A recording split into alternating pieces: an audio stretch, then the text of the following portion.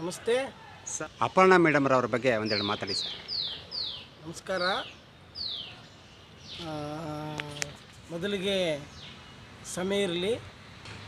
ಯಾಕೆ ಅಂತೇಳಿದ್ರೆ ನಿನ್ನೆ ಅಗಲಿದಂಥ ಈ ನಾಡು ಕಂಡಂಥ ಒಬ್ಬ ಅಪ್ರತಿಮ ಕಲಾವಿದೆ, ಪ್ರಸಿದ್ಧಿ ಪಡೆದಿರತಕ್ಕಂಥ ಒಬ್ಬ ಅದ್ಭುತವಾಗಿರ್ತಕ್ಕಂಥ ನಿರ್ಮಾಪಕಿ ಮೇಡಮ್ ಅಪರ್ಣಾ ಅವರು ಈ ನಾಡನ್ನು ಬಿಟ್ಟು ಅಗಲಿರ್ತಕ್ಕಂಥದ್ದು ನಿಜವಾಗ್ಲೂ ಕೂಡ ಇಡೀ ನಾಡಿಗೆ ತುಂಬಲಾಗಿರತಕ್ಕಂಥ ನಷ್ಟ. ಅದರಲ್ಲಿ ನಾವು ನಿನ್ನೆನೇ ಅವರಿಗೆ ಒಂದು ಶ್ರದ್ಧಾಂಜಲಿಯನ್ನು ಸಲ್ಲಿಸುವ ಮೂಲಕ ಒಂದು ಅವರಿಗೆ ಗೌರವ ಸಮರ್ಪಣೆಯನ್ನು ಮಾಡಬೇಕಾಗಿತ್ತು.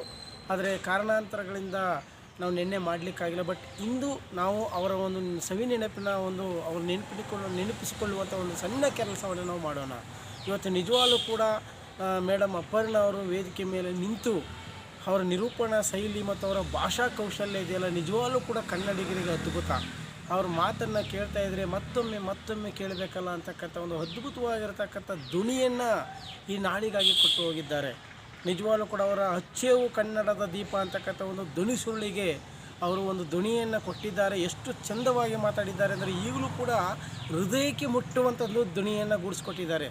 ಅದೇ ರೀತಿ ಅವರು ಚಲನಚಿತ್ರದಲ್ಲೂ ಕೂಡ ಹಲವಾರು ಚಿತ್ರಗಳಲ್ಲಿ ಅವರು ಕೊಟ್ಟಿರ್ತಕ್ಕಂಥ ಪಾತ್ರವನ್ನು ಶಕ್ತಿ ಮೀರಿ ಅವರು ಪಾತ್ರವನ್ನು ನಿಭಾಯಿಸಿ ಆ ಒಂದು ಚಲನಚಿತ್ರಕ್ಕೆ ಒಂದು ಅದ್ಭುತವಾಗಿರ್ತಕ್ಕಂಥ ಹೆಸರನ್ನು ತರುವಂಥ ಕೆಲಸವನ್ನು ಕೂಡ ಮಾಡಿದ್ದಾರೆ.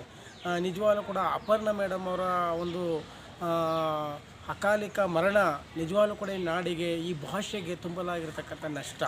ಇಂಥ ಒಬ್ಬ ಮಹಾನ್ ವ್ಯಕ್ತಿಗಳನ್ನು ನಾವು ಕಳ್ಕೊತಾ ಇದ್ದರೆ ಎಲ್ಲೋ ಒಂದು ರೀತಿ ಕನ್ನಡದ ಸಂಪನ್ಮೂಲವನ್ನು, ಕನ್ನಡ ಭಾಷಾ ಸಂಪನ್ಮೂಲವನ್ನು, ಕನ್ನಡ ಮಾತನಾಡುವ ಸಂಪನ್ಮೂಲಗಳನ್ನು ನಾವು ಎಲ್ಲೋ ಕಳ್ಕೊತಾ ಇದ್ದೇವೆ ಅಂತಕ್ಕಂಥ ಒಂದು ಆತಂಕ ಪ್ರಾರಂಭ ಆಗ್ತಾಯಿದೆ. ಯಾಕೆಂತೇಳಿದ್ರೆ ಹೊಸ ಮುಖಗಳು ಹುಟ್ತಾ ಅವರು ನಿರೂಪಣಾ ಶೈಲಿಯನ್ನು ಆಗ್ಬೋದು, ಕನ್ನಡ ಮಾತನಾಡೋದನ್ನಾಗ್ಬೋದು, ಕನ್ನಡ ಭಾಷಾ ಕಲಿಕೆಯನ್ನು ಆಗ್ಬೋದು, ಅವ್ರು ಕಲೀಲಿಕ್ಕೆ ಪ್ರಯತ್ನ ಮಾಡ್ತಾಯಿಲ್ಲ.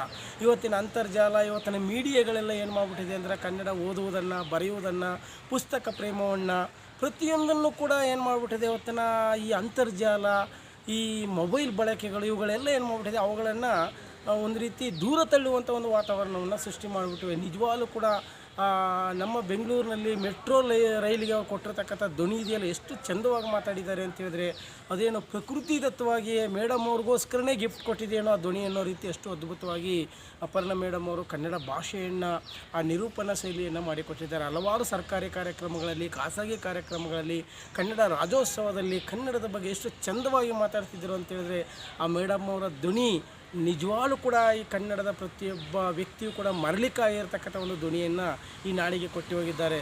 ಮೇಡಮ್ ಅವರೇ, ನಿಮ್ಮ ದೇಹ ಮಾತ್ರ ಮಣ್ಣಲ್ಲಿ ಮಣ್ಣಾಗಿ ಹೋಗಿರ್ಬೋದು, ಆದರೆ ಈ ಭೂಮಿ ಇರುವ ತನಕ ಕೂಡ ನೀವು ಕೊಟ್ಟಿರ್ತಕ್ಕಂಥ ನಿರೂಪಣಾ ಶೈಲಿ ಮತ್ತು ನೀವು ಕೊಟ್ಟಿರ್ತಕ್ಕಂಥ ಮಾತು, ನೀವು ನಟಿಸಿರ್ತಕ್ಕಂಥ ಚಲನಚಿತ್ರ ಈ ಭೂಮಿಗೆ ಅಜರಾಮರವಾಗಿರುತ್ತೆ. ನಿಜವಾಗ್ಲೂ ಕೂಡ ಅಪರ್ಣಾ ಮೇಡಮ್ ಅವರೇ, ಕನ್ನಡ ಭಾಷಿಕರಾಗಿರ್ಬೋದು ಅಥವಾ ಕನ್ನಡ ಉಪನ್ಯಾಸಕರಾಗಿರ್ಬೋದು, ನಿಮ್ಮಂಥವ್ರನ್ನ ನೋಡಿ ಮಾತನಾಡುವುದನ್ನು ಕಲಿಬೇಕು ಅಂತ ಅನಿಸುತ್ತೆ. ಡಾಕ್ಟರ್ ರಾಜ್ಕುಮಾರ್ ಅವರಾಗಿರ್ಬೋದು, ಅವರು ಕೂಡ ಎಷ್ಟು ಅದ್ಭುತವಾಗಿರ್ತಕ್ಕಂಥ ಕನ್ನಡವನ್ನು ಮಾತಾಡ್ತಾ ಇದ್ದಾರೆ. ಮುತ್ತು ಸುರದಂಗೆ ಅವರು ಮಾತಾಡ್ತಕ್ಕಂಥದ್ದು ನಿಜವಾಗ್ಲೂ ಕೂಡ ಅಂಥ ಮಾತನಾಡುವವರು ಬಂದರೆ ಕನ್ನಡ ಪ್ರೇಮ ನಿಜವಾಗ್ಲೂ ಕೂಡ ಬೆತ್ತೋದು. ನಾವು ಈಗಿನ ಕಾಲದ ಜನರಿದ್ದಾರೆ, ಈಗಿನ ಕಾಲದ ಸಾಹಿತ್ಯ ಕೃತಿಗಳಿವೆ, ಈಗಿನ ಕಾಲದ ಚಲನಚಿತ್ರದ ಹಾಡುಗಳಿವೆ, ಕೇಳಲಿಕ್ಕೂ ಒಂದು ರೀತಿ ಮುಜುಗರ ಆಗುವಂಥ ಒಂದು ರೀತಿ ಕರ್ಕಶವಾಗಿರ್ತಕ್ಕಂಥ ಧ್ವನಿ ಸುರುಳಿಗಳನ್ನು ಅಥವಾ ಸಂಗೀತವನ್ನು ಅದಕ್ಕೆಲ್ಲ ಸೇರಿಸಿ ಒಂದು ರೀತಿ ಕೇಳಲಿಕ್ಕೂ ಮನಸ್ಸು ಇರತಕ್ಕಂಥ ಒಂದು ಸಂಗೀತ ಹಾಡುಗಳನ್ನ ಇವತ್ತು ಪ್ರಾರಂಭ ಮಾಡ್ತಾ ಇದ್ದಾರೆ. ಅದು ನಿಜವಾಗ್ಲೂ ಕೂಡ ತಾತ್ಕಾಲಿಕ. ಆದರೆ ಒಂದು ಕಾಲಘಟ್ಟದಲ್ಲಿ ಒಂದು 20-30 ವರ್ಷದ ಹಿಂದಿನ ಹಾಡುಗಳನ್ನು ಕೇಳಿ ನೋಡಿ, ಹೃದಯಕ್ಕೆ ತಟ್ಟುತ್ತೆ. ಆಮೇಲೆ ಒಂದು ಸಂಬಂಧವನ್ನು ಬೆಸೆಯುತ್ತೆ, ಒಂದು ಸಂಸ್ಕಾರವನ್ನು ಕಲಿಸ್ಕೊಡ್ತದೆ. ಆ ನಿಟ್ಟಿನಲ್ಲಿ ಅಪರ್ಣಾ ಮೇಡಮ್ ಅವರು ಈ ನಾಡಿಗೆ ಒಂದು ದೊಡ್ಡ ಕೊಡುಗೆಯನ್ನು ಕೊಟ್ಟು ಹೋಗಿದ್ದಾರೆ.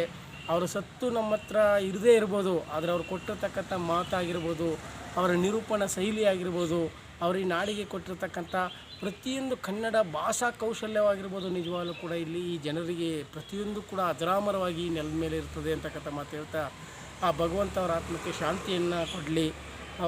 ಅವರಂಥ ಕನ್ನಡಿಗರು ಇನ್ನೂ ಕೂಡ ಹೆಚ್ಚು ನಿರೂಪಕರು ಇಲ್ಲಿ ಹುಟ್ಟಲಿ ಅಂತಕ್ಕಂಥ ಮಾತನ್ನು ಹೇಳ್ತಾ ಪ್ರತಿಯೊಬ್ಬ ಭಾಷಾ ಕನ್ನಡಿಗನಿಗೂ ಕೂಡ ಅಪರ್ಣಾ ಮೇಡಮ್ ಅವರು ಕೊಟ್ಟಿರ್ತಕ್ಕಂಥ ಕನ್ನಡದ ಧ್ವನಿ ಇದೆಯಲ್ಲ, ಅದು ನಿಜವಾಗ್ಲೂ ಕೂಡ ಪ್ರೇರಣೆ ಆಗಲಿ ಅಂತಕ್ಕಂಥ ಮಾತನ್ನು ಹೇಳ್ತಾ ಆ ಮೇಡಮ್ ಅವ್ರಿಗೆ ಆತ್ಮಕ್ಕೆ ಶಾಂತಿ ಸಿಗಲಿ ಅಂತೇಳಿ ನಾನು ಈ ಸಂದರ್ಭದಲ್ಲಿ ದೇವರಲ್ಲಿ ಪ್ರಾರ್ಥನೆ ಮಾಡ್ಕೊಳ್ತೇನೆ.